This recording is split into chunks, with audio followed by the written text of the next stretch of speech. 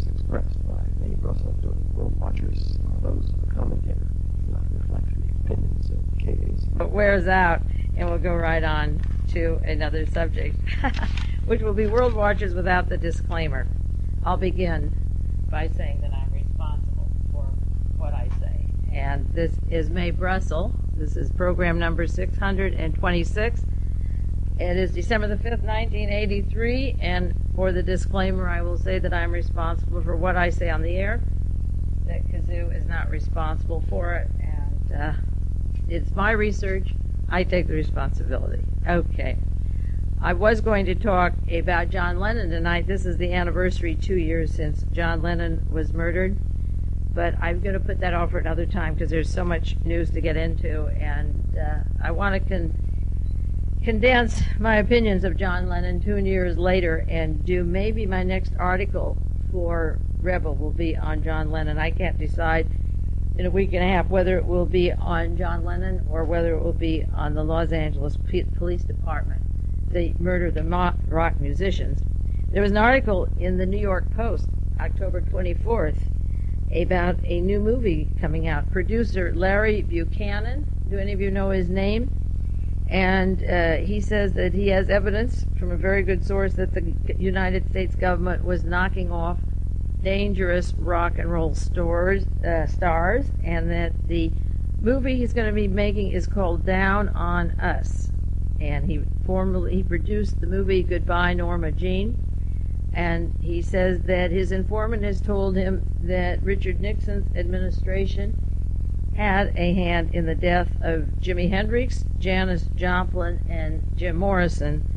Would you go for a lot more? And even though Richard Nixon was not the president when John Lennon was killed, it was just about 2 or 3 weeks before the inauguration of Gerald Ford and of Ronald Reagan, rather. And you know how Reagan loved the rock musicians. If you lived in California, you know for sure that he didn't like them at all. So this movie is about rock musicians, and he has a person who's given him information. He also produced a play on the trial of Lee Harvey Oswald. I don't know Buchanan. I was never too impressed with any of those plays. I have the information on that a way back. I'll have to look it up. I'd like to get in touch with him and help him do something on the movie on the rock musicians. Down on Us. Jim Morrison, Janis Joplin, and Jimi Hendrix. Althea Flint is producing a movie on Jim Morrison, and she told me that she didn't really believe that he was off by anybody. She didn't agree with my theories on the rock musicians, and Dennis Hopper is directing the movie. I truly don't care what these people think or don't think, because I know there was a concerted effort to murder all of them and get them out of the way. I usually begin the program with 1 year ago tonight, but I'm going to go back to 1980, 1981, and 1982. I asked some questions on December the 7th, 1980. That was the night before John Lennon was shot. Questions for Ronald Reagan, ready to move into the White House. How will we remember looking back the years before 1980 when he came in? Is technology making the world better? Will we use it to make things better? Why are so many things going wrong, and why is there so much suffering? Did you see the TV tonight with the women and children in Lebanon being blown up? Who are the people that dictate, and what instruments do they use, and how much power is in their hands, and how much weakness is our responsibility? I was asking that just several years ago tonight. Are the dictators at fault, or do they give the people what they really want? Do we ever learn from errors of past history? Will dependence upon computers and machines deprive us our ability to do our own work for ourselves, and is speed a luxury? And is there any way out of the obvious distractions that keep us busy? That's a good question. When I read that Ronald Reagan was playing the invasion of Grenada, it was supposed to be on October 15th and 16th because the World Series would have people busy, and this was actually in print, the distraction of the World Series. Are you going to have a good year in 1981, I asked, And who will stop the nuclear explosions, the assassinations, the war, the mind experiments, the torture, the genocide, starvation, rape, arson, and murder? All redundant questions, because nothing has gotten better and everything has gotten worse. Then I said in 1980, the night before Lenin was shot, the assassination teams from the 60s are all in place. Why wouldn't they be ready to kill again? Of course, last month you saw, 2 months before, Mr. Aquino in the Philippines, who wanted to oppose Marcos and have some form of democracy, and Mr. Bishop and the ruthless murder of him in Grenada. And I mentioned a few of the assassination team members, Ronald Reagan and Ed Davis, whose name is now in the L.A. Times, the L.A. Herald, with his criminal conspiracy section of the Los Angeles Police Department and his political intelligence division and the dirty tricks that are now being questioned by the American Civil Liberties Union. He's a senator in California. I mentioned Arlene Specter, who's a senator from Pennsylvania in Washington, D.C. Evil Younger, I mentioned in 1980, he now is coming out with the shorter juries and some very repressive new laws that he'd like to get on the ballot that I read off a few weeks ago. Paul Laxalt, who's been linked to every major crime figure in money skimming from his own institution in Vegas, who runs the campaign for the Republicans. John J. McCloy, who in the last couple of years has been linked to Klaus Barbie, the Nazis, the cocaine network, to I.G. Farben, everything from designing the Pentagon to putting Hermann Abst and Germans into Harvard University with special education. Richard Nixon, who wines and dines with Mr. Wyler of the cocaine connection, the Great Marseille connection, the organized crime figures who would like to surface again as a world leader. Gerald Ford, who's on the board of every major corporation that will take him, and of course the notorious Ford from 20th Century Fox with William Rogers and Henry Kissinger and Madame Chenault, and John Connolly, who is in the side wings ever since Reagan was shot. Connolly's been very quiet. One man I mentioned was Leon Jaworski. He's the only one of this gang that passed away. John Tower, with his Senate Foreign Relations Committee, would like to be the new Secretary of Defense if Reagan wins. A brother-in-law, Samuel Cummings, of the Wilson Turple weapon suppliers, and John Tower and Richard Allen, and on the anniversary of Lenin's death, I mentioned Allen, and Howard Baker, who is not running for the Senate, who'd also like to be some big appointed officer, maybe a vice president, and Richard Vagary, who runs the campaign for Jerry Falwell and Larry McDonald and Jesse Helms and Strom Thurmond, one of the guys that wanted Lenin dead, was on the committee to deport him. Those are the people I mentioned that were set, ready for action, with links like Paul Laxalt to Mo Dalitz and to the Robert Mayu user organization, the HIT teams. Well, 24 hours later, it was 24 hours later. I was on the broadcast on Sunday at that time. Monday, John Lennon was murdered 24 hours later. I said they were ready to move, and I believe that they had to move because Ronald Reagan wanted wars. Could you visualize Central America, Lebanon, the Middle East? Yeah, I could. And that's Reagan, and just wait till he's in. Now they want a wall around the Capitol. They have barricades at the White House. He makes it look like America's an armed camp. He is the original Reichstag master, and for those of you in 1983 that don't believe what May says, let's see where you are in 1986, 3 years later, under Ronald Reagan. He doesn't blush. He doesn't look backward. He is a fascist. And then on the anniversary of the death of John Lennon in 1981, that was 2 years ago tonight, I talked about Strom Thurmond and John Mitchell and the documents of wanting to get rid of John Lennon, and Mr. R.C. Whitner, W-H-I-T-N-E-R, the preacher, that worked with Strom Thurmond, and the money that went from Wilson and Frank Turple, to Thurmond's top aide, Mr. Whitner, the preacher, and went into some of the stories, more stories of the murder of the rock musicians, and Richard Allen and the Japanese connections to the Lennon murder and some important connections of the CIA and so forth.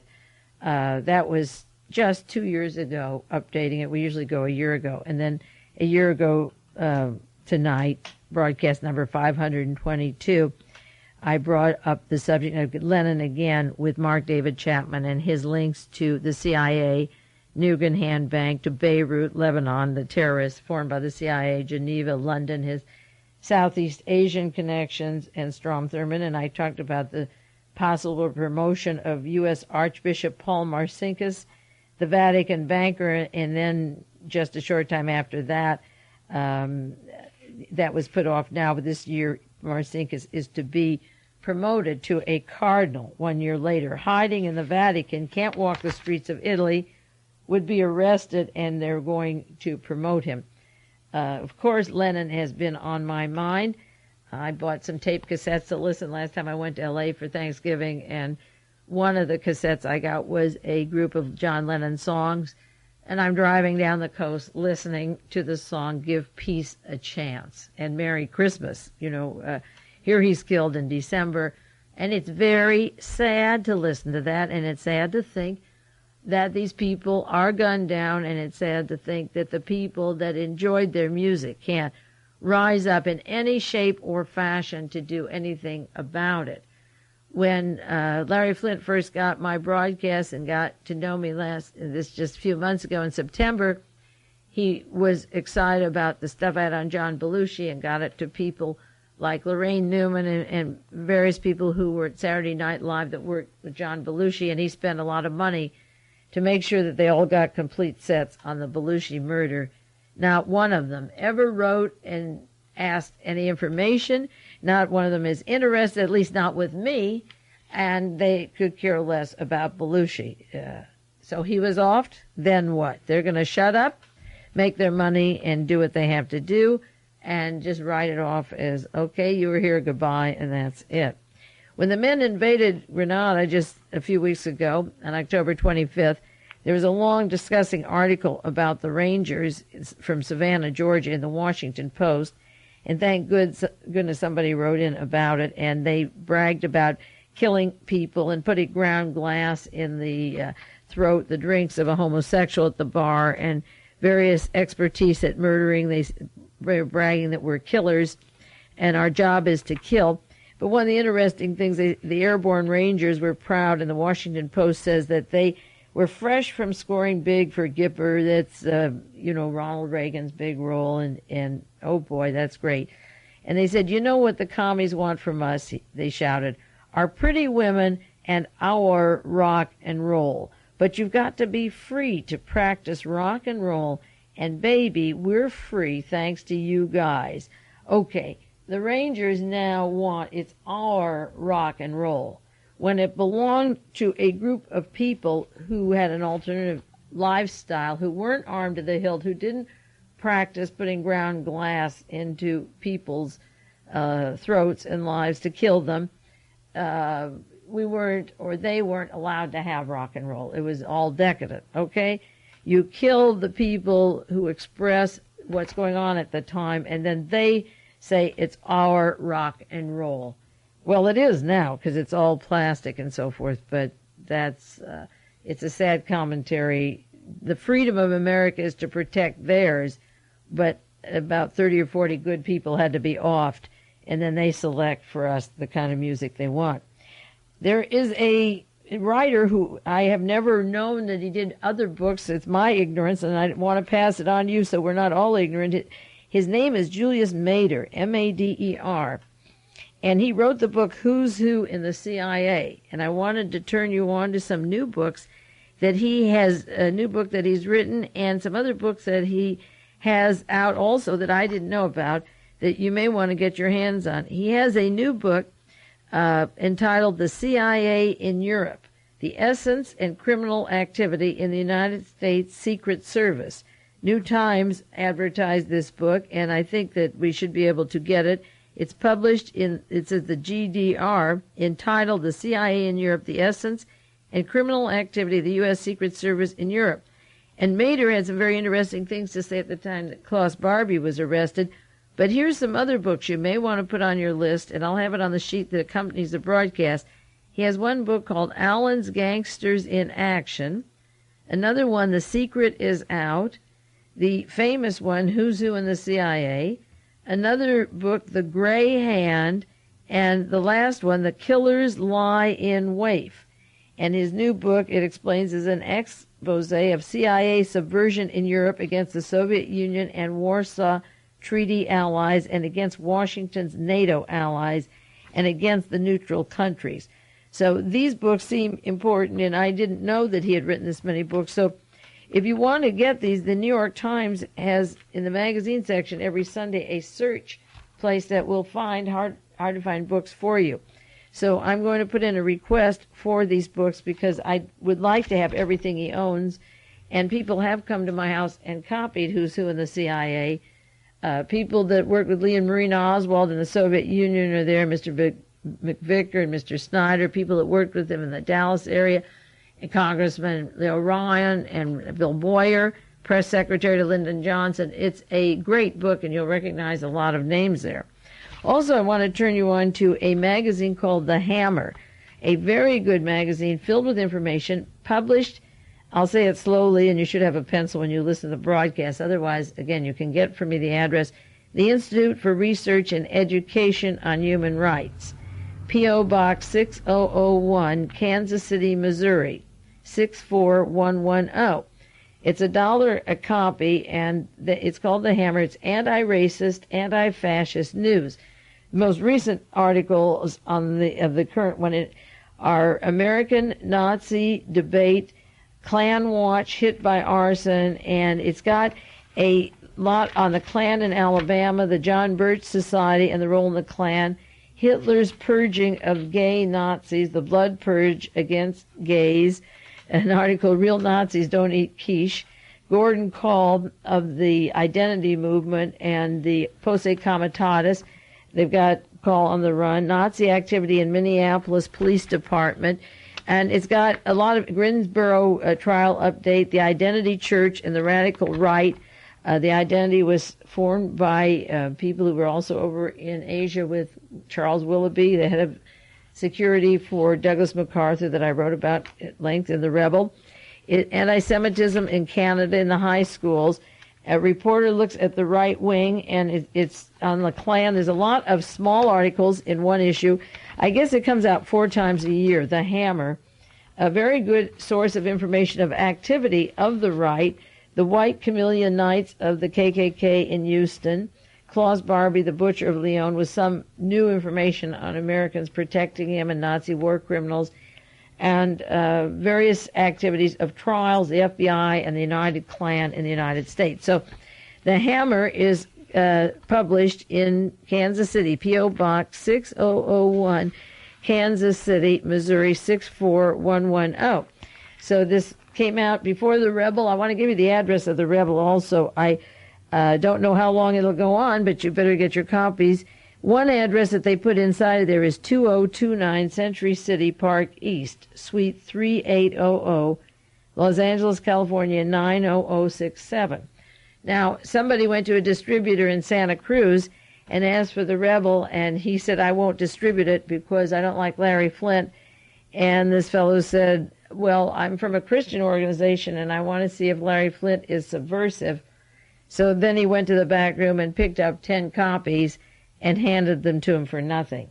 So you have to press the distributors or find out why, and if they don't want to distribute it, you'll have to write down to Los Angeles and tell them that the distributor refuses to get it out.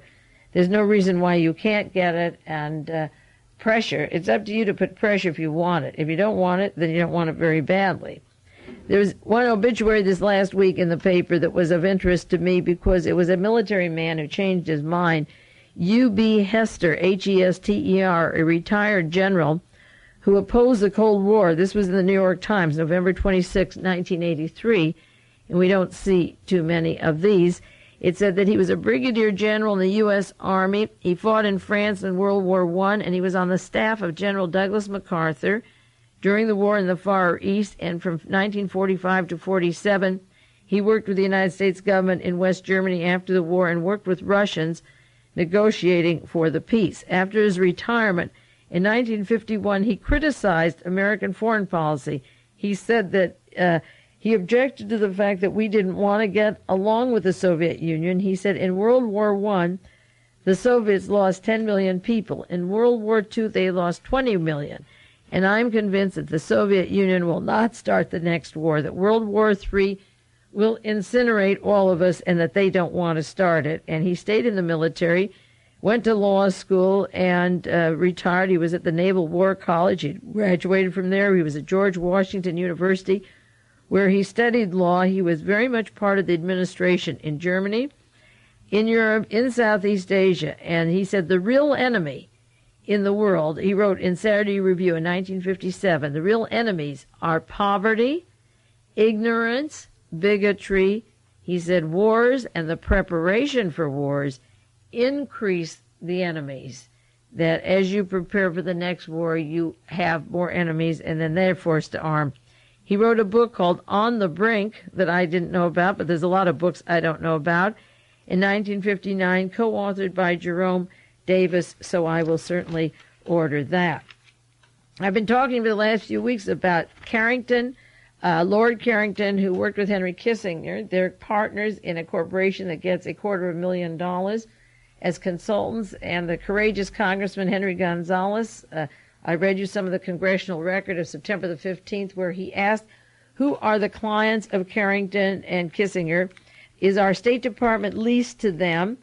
Carrington set up the headquarters in 1980 in Barbados to overthrow Bishop. He set up the machinery as soon as Sir Eric Gary, the fascist, was kicked out by Bishop in 1979. It was Lord Carrington who ran to Barbados to set up the machinery that ended in 1983 with Bishop being murdered, and the CIA and the Special Forces, the Green Beret, and the Army running Grenada right now. Well, Lord Carrington is about to be promoted to the head of NATO. Carrington and Paul Marcinkus are to get their just rewards for their good jobs. Washington Post, November the 25th. It says 24th. It came out on the 25th. Britain's Lord Carrington will be Carrington, Carrington, will be named as NATO Secretary General to succeed the Netherlands' Joseph Luns, Luns, as the head of NATO pretty soon. Carrington is not expected to assume the post until April, a hiatus that has caused concern among NATO officials who want a quick transfer, and they want him in. Mr. Luns is a former Dutch minister who served NATO for 12 years, so Henry Kissinger's business partner will become the head of NATO. Well, Alexander Haig had it.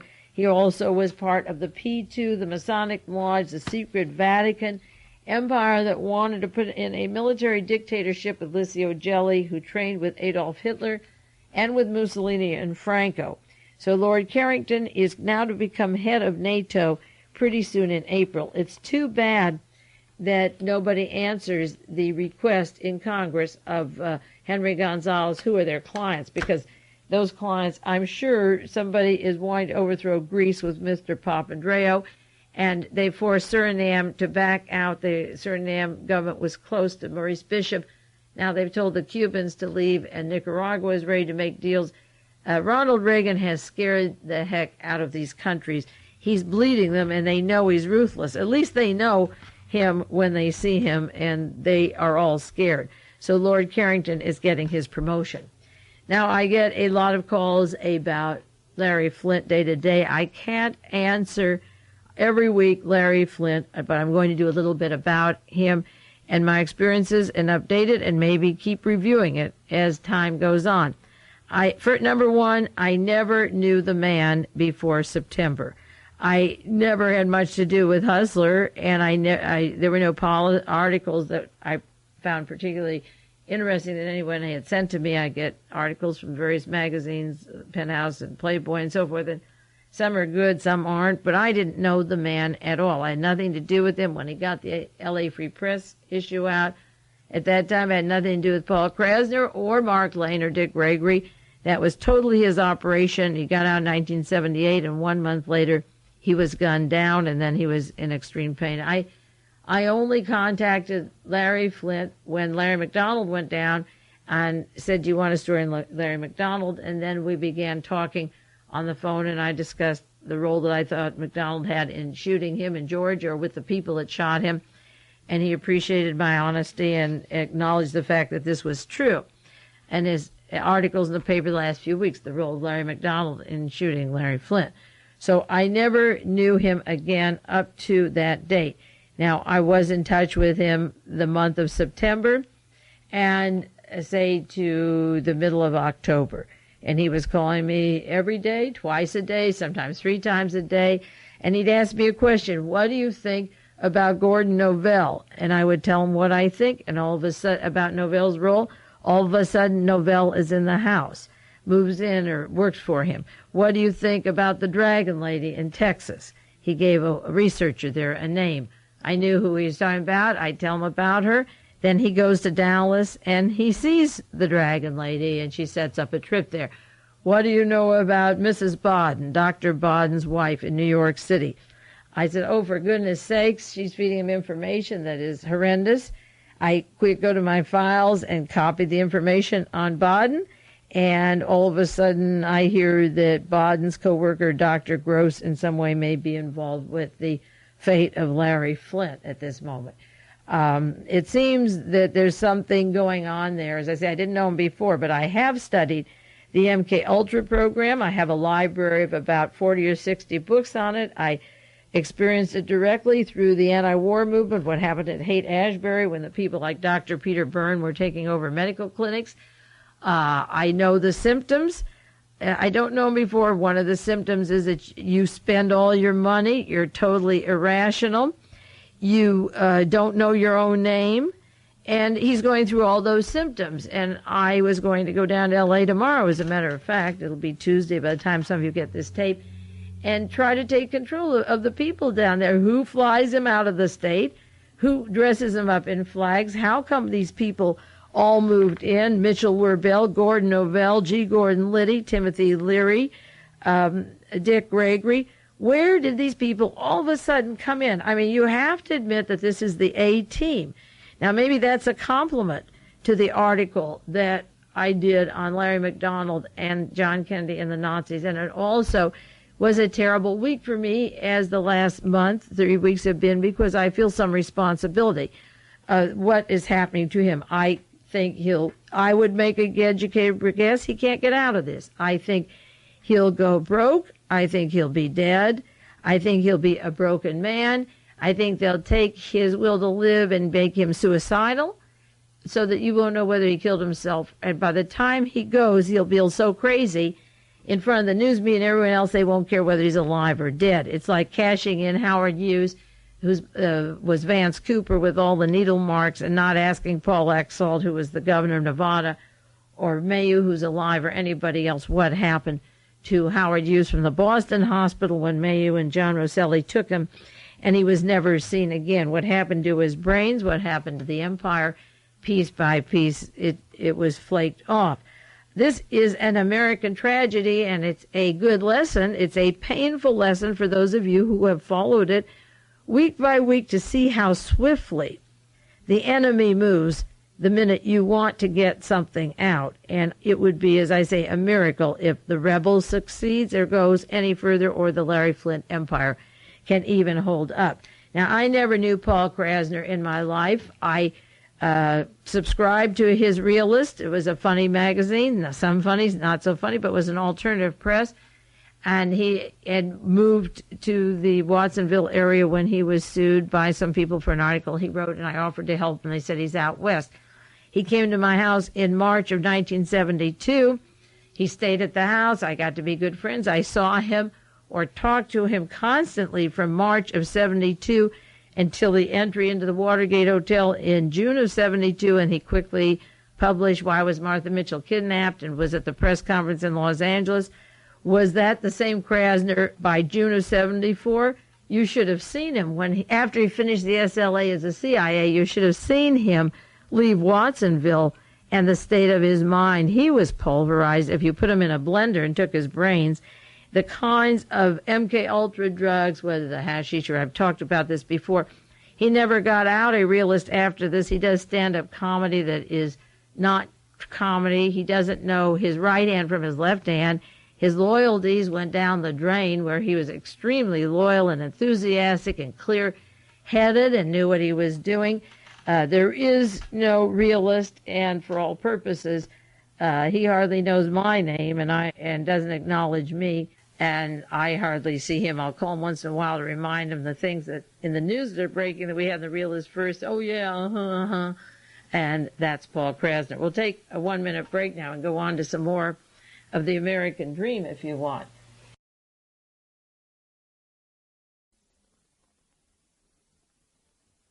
And it's side 2, December the 5th, 1983 of Mae Brussell on KAZU FM in Pacific Grove. Now, Ted Gondolfo was another researcher who was calling radio stations, writing articles, wanted to help the House Select Committee on Assassinations.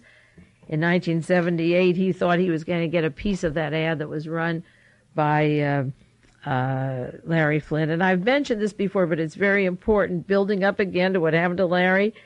All of a sudden, he has 2 visitors at his house, and he then begins the Thorazine, the Prolaxin treatment, the mental hospitals, the shivers, the shakes, I can't remember.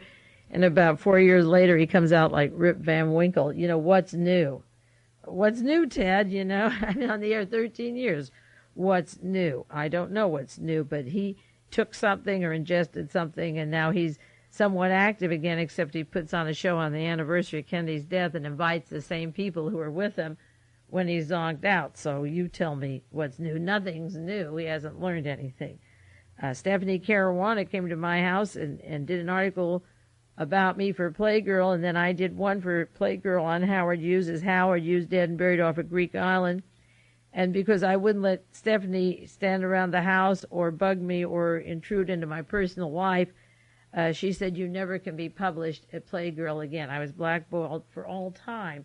The package of selling an article to Playgirl is that I had to put up with Stephanie Caruana's paws trying to intrude into my private life. And 1 month of that, not even that, just saying, get out and mind your own business. I'll write and publish, but I don't need anyone around intruding.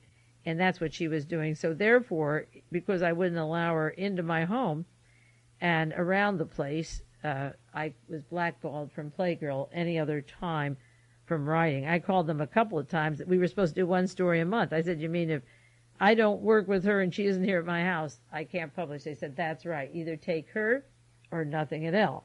Now, Manuel Zazina made a movie about Howard Hughes, and then he read the article, and Playgirl heard about my research. We filmed 1 segment of it. I played the researcher. Broderick Crawford was in it, and we had some important documents.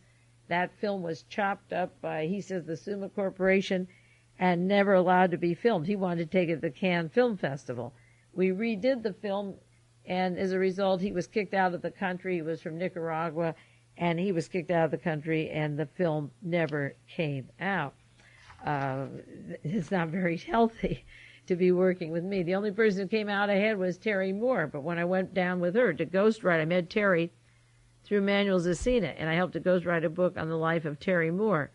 And as soon as I had worked there and thought it was a good book and an honest book and something new, a lot of experiences, then a woman named Marge moved in the house with her husband, and they brought in their trailers and their guns and their machine guns and their M16s or whatever you have. I never walked into such a place, and with the scissors they chopped up everything that Terry and I wrote, and then a partner, a friend of Ronald Reagan's son, who's now in court, put up this phony romance for Terry Moore, got her sign her house over for some $200,000. He was going to pick up with that money some money in Switzerland. Then he offs with the money, and she lost her house and went through hell. She survived and did get a settlement on the Howard Hughes estate, but she lost the family pictures, the silver, the jewelry, the heirlooms, and the book was completely chopped up. Then she met a fellow named Jerry who's really nice, who loves Terry, takes care of her, and protects her, so she's okay. And then I met Larry Flynn, and he says, hey, you know, I like the article. I like your research. I want you to work with me and for me. I'll give you so much a week. And what he gave me, what I earn a week, is supposed to be to use my 20 years research. Anything he wants, call. Anything they want at Rebel, call.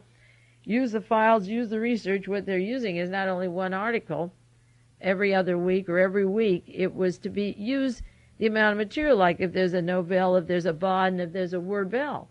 But the team around him don't call. I should have sent them all copies of the book Spooks, or Fensterwald's book on the Kennedy assassination, the conspiracy, or the one on the conspiracies. And I should send his guards these books to read before they let people in the house, Coincidence or Conspiracy by Bernard Fensterwald. So what happens in the time that he meets me, he's gung-ho, he can't learn enough about Fritz Kramer, Henry Kissinger, he's talking on the radio about it, he's talking about Larry McDonald, the Los Angeles Police Department. So in comes the team, and among other people, as I say, is G. Gordon Liddy. Now, there's a picture of him in the New Hustler at Larry Flint's house as part of the party. So you keep adding the team. Who's left besides William Colby and E. Howard Hunt?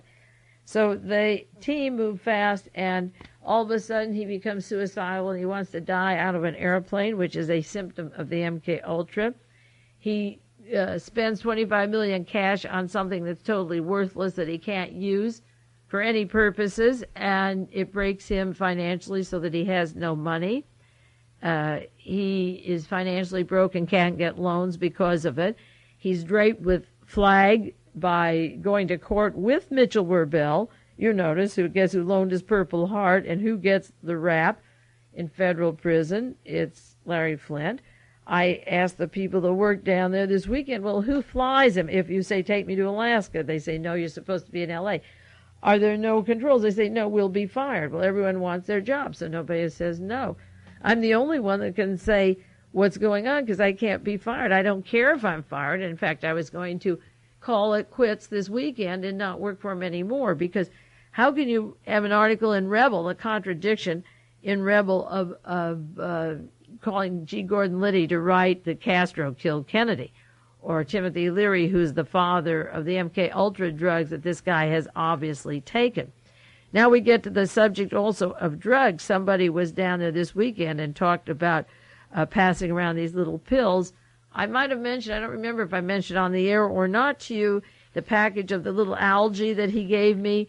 It's packaged in Oregon, and you're supposed to take drops and pills, and I might have mentioned it or I might not have, and it's a very fine little package put out by somebody in Oregon.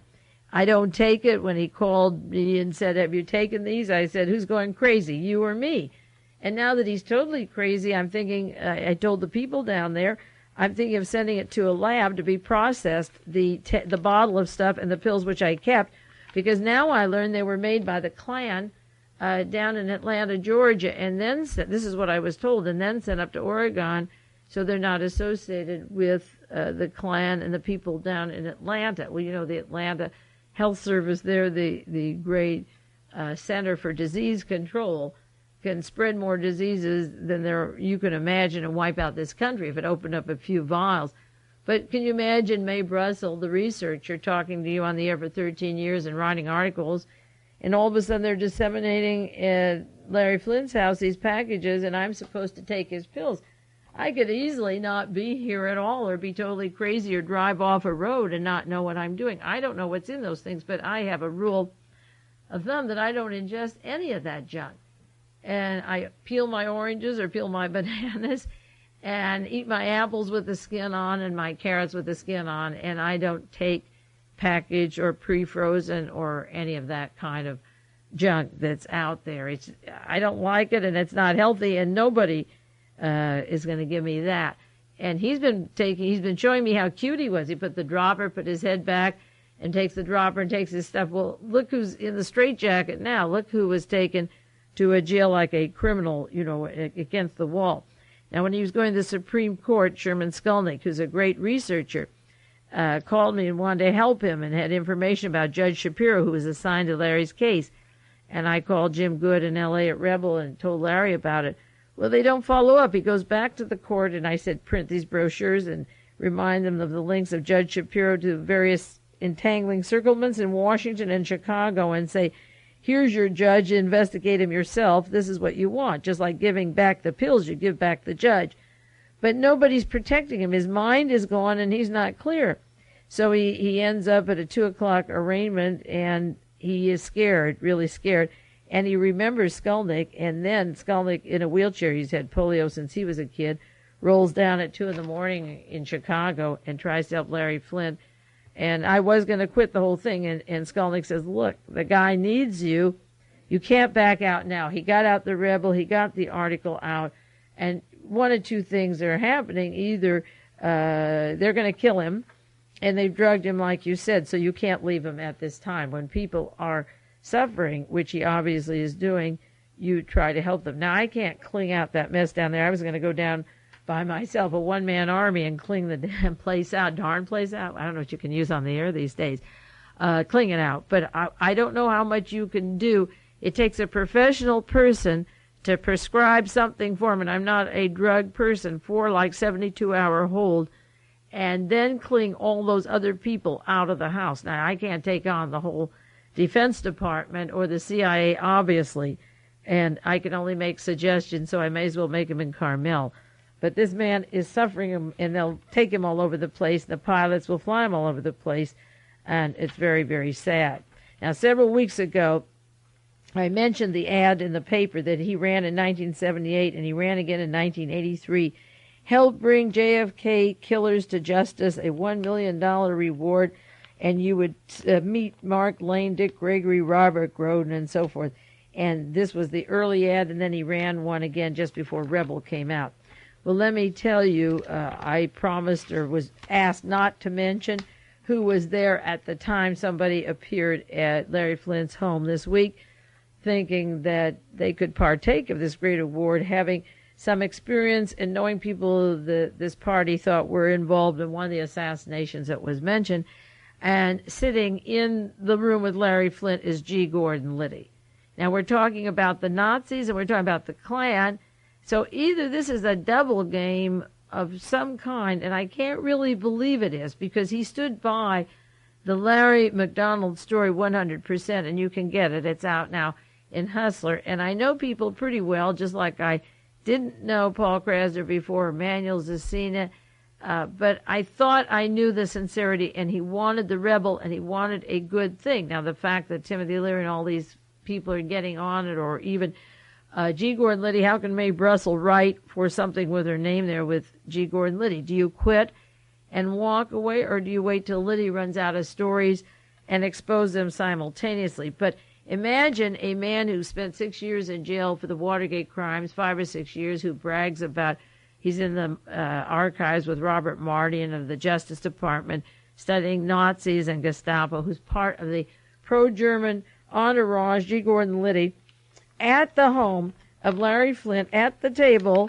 while this person is supposed to tell about who killed one of these people named in the ad. What security does anybody have? Liddy tells you how he would have gladly have killed Jack Anderson by putting a chemical on his sleeve. What guarantee this isn't happening to Larry Flint now? He invited the press into his house, and then he acts silly and sends them home, and they were furious in L.A. Everything he's doing is totally irresponsible. When you have an investment and you've made that much, it doesn't seem possible that you go crazy and give it all away in a month and a half and really go nuts. So what you're seeing now is the Howard Hughes treatment of Larry Flint, where they took Howard and made him visible when he was began drugging him, feeding him crazy food, making him visibly crazy, then taking away his TWA, his tool company, his movie studios, and absolutely destroying the man.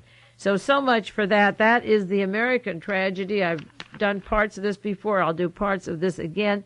How do you think Mae Brussell feels knowing that these people reach out to help you and then you see them destroyed in front of you? It was a hard week, a hard 2 weeks. It's hard to evaluate the turmoil. If you are ever centered, it comes in handy if you have other ways of compensating or understanding these tragedies, and you hold your own, and I share them with you. They are tragedies, and you have to pull all your strength and analyze it and do the best you can and realize what you're opposing. You can oppose it hypothetically and talk about these various rats and vermin on the air, but when they march in and take over so swiftly, what do you expect? Is this any different than the Soviet Union? If the KGB comes in and you're writing about the KGB, it's identical, and maybe it's worse, but this is the American tragedy.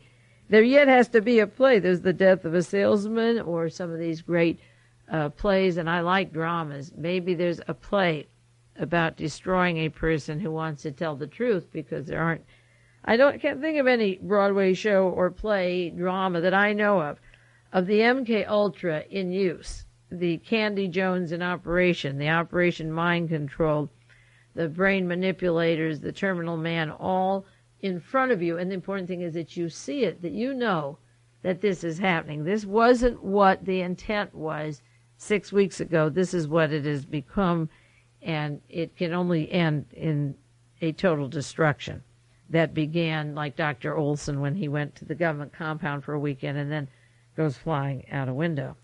Now on to some other subjects. The New York Post, October 14th, has a story.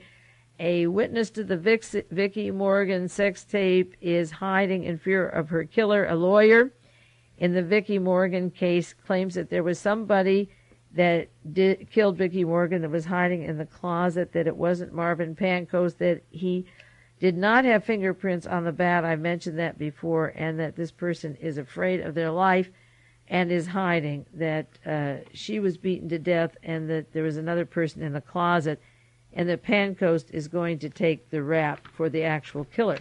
There were no fingerprints on Lee Harvey Oswald's rifle, and we do use people, mind control them, and Mr. Pancoast was in a mental hospital, and so was Vicki Morgan, and Alfred Bloomingdale used to meet them there, and if this man was in the closet, I'm sure he'll get away, and I'm sure that they'll never find him, because they were never meant to find him, and they'll keep the line on Marvin Pancoast. The Vicki Morgan story will destroy the people who touch it, and one of those people is Larry Flynn, who bought the movie of that. Now, a man whose name I've used on the air many times, I'm going to switch now to the Los Angeles Police Departments for the remaining of the time. Louis Tackwood all of a sudden surfaced and was arrested as a suspect in a scheme in Los Angeles just several weeks ago. Now, in the outline of the article, it's on the stand now. I had included the part of Louis Tackwood in the story of the Los Angeles Police Department. It's in the February Hustler, the facts behind a sinister connection. And I have in their chronology the police department leading up to the police intelligence systems and the computers that went to Western Goals, to the Defense Department and the Mafia, and to Larry McDonald. And I have in this article, 1970, the Los Angeles Police Chief Edward Davis, a staunch conservative, created the Public Disorders Intelligence Division, the PDID. 5 years earlier, he formed the Criminal Conspiracy Section, the CCS. In 1971, Louis Tackwood, the agent provocateur for the LAPD, exposed police involvement in dirty tricks and murderous things in the Washington Post LA Times, October 18, 1971. Tackwood identified the White House plumbers Martin and White, linking the Pentagon to the Los Angeles Police Department, to E. Howard Hunt, to James McCord, both implicated in the Watergate break-in. Now, this is in the Hustler this month, and it was in the Hustler offices. It went to press this month, but it's been down there since the end of September, the 1st of October. And November the 11th, Jerry Cohn of the LA Times writes that Louis Tackwood was arrested, one of three men accused of bilking a local attorney out of thousands of dollars in an auto scam. And all of a sudden, Tackwood's name is over at Hustler magazine, and he's pulled in by the police department. But it goes on to detail in 1983, he's Louis Tackwood, whose allegations about purported dirty deeds and even murderous acts by the police department's Criminal Conspiracy Section and Special Investigation Section never were confirmed, but they never were investigated. That's the important thing. Tackwood, however, captured a great deal of news media attention with his statements, and later toured college campuses and lectured, where he claimed he was an agent provocateur for the LAPD. And it tells about the Criminal Conspiracy Section being in Marin County Courthouse, and the fatal San Quentin prison escape of political activist George Jackson. I'm surprised in 1983 that the LA Times had so much material. He's now been arrested for working with an attorney on a swindle with the involving various people who said they were hurt in accidents, and they were victims, and they would get money for their their clients, and they actually hadn't been hurt.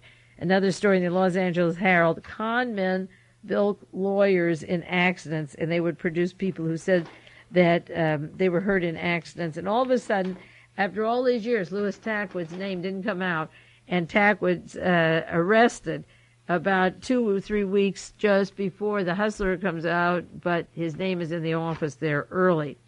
Now, the Los Angeles Police Department defense is heating up. That is the case of the 131 plaintiffs against the LAPD for illegally wiretapping, bugging, and disclaiming the careers or the fame of different people by the police department. And in the middle of it, as of last year in May, it turned out that the agents were working with Larry McDonald of Western Goals.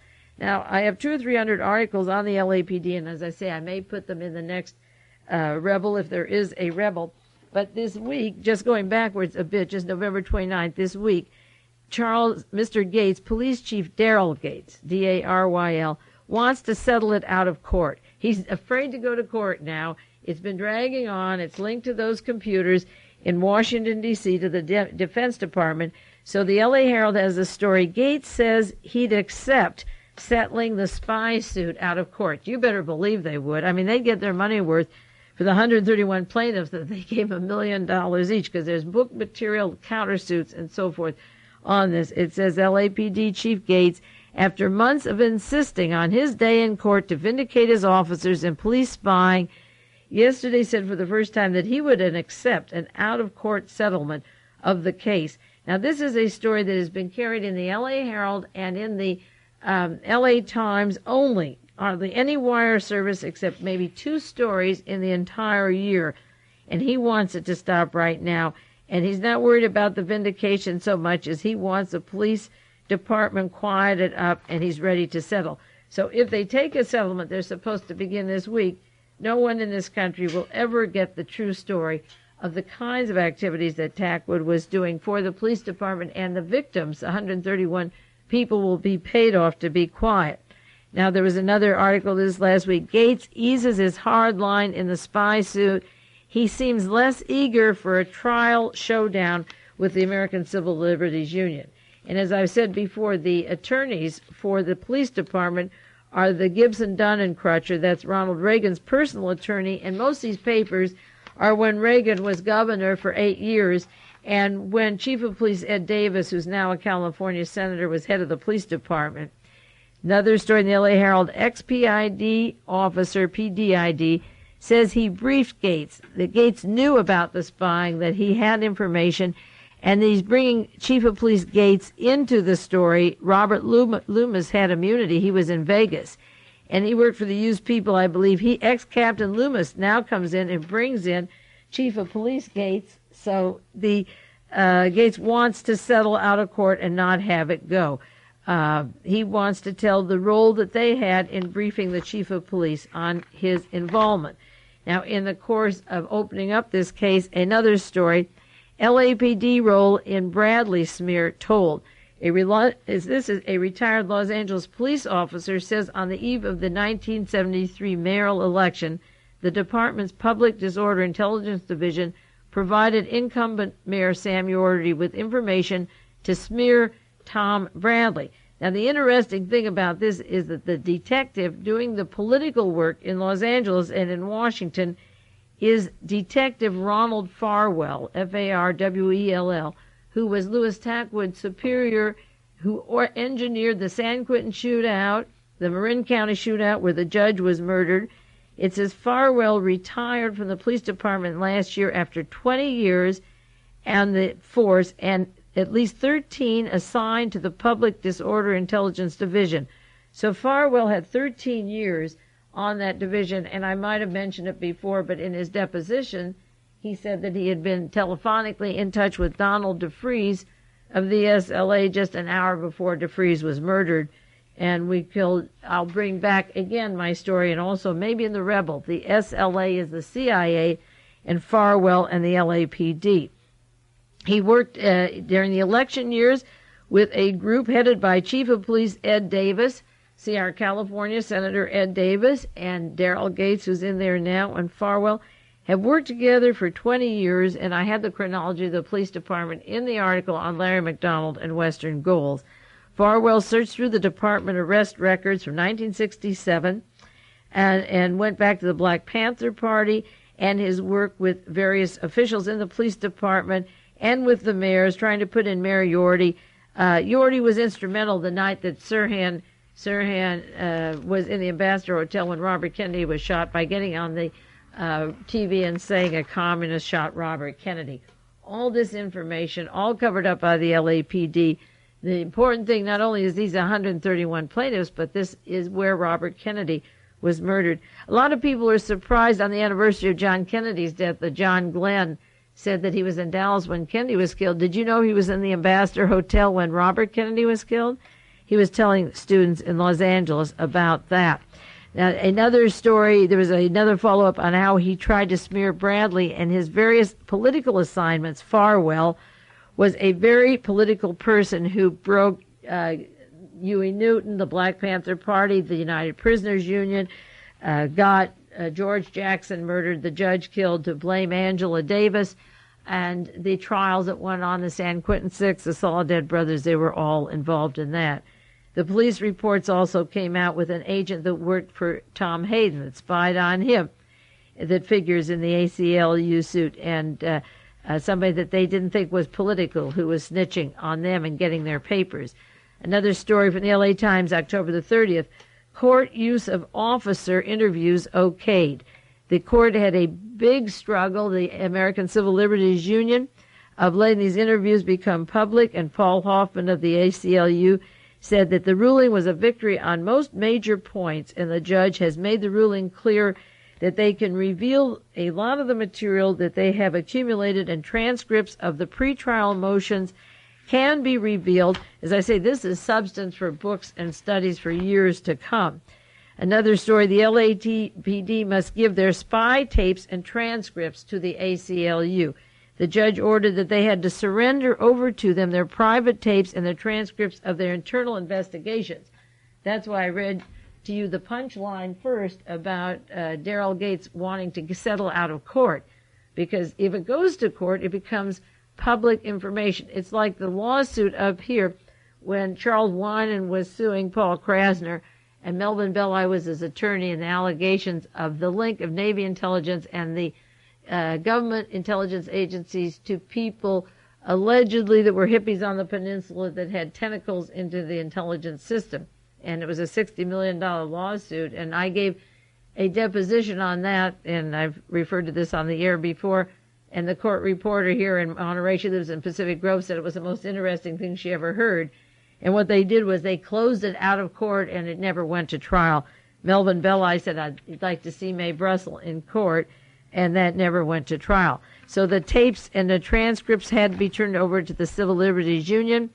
And another story in the LA Times, the way was clear for them to be turned over, and some of this would be made public. Some of the dirty tricks that I've been talking about continuously on the air for 13 years about the California violences, Reagan as a governor, the COINTEL program, and long before the COINTEL, when Nixon was in the harassment of the Venceremos, the farm workers, the people wanting to help their conditions in prison, the people opposing the police repressions.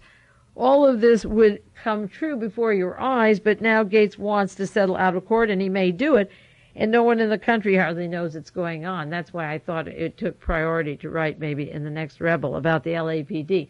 Well, our time is up, so I'll be back with you next week. If Larry Flint is traveling around in different costumes and so forth, don't call me at the house. I'm not responsible for it.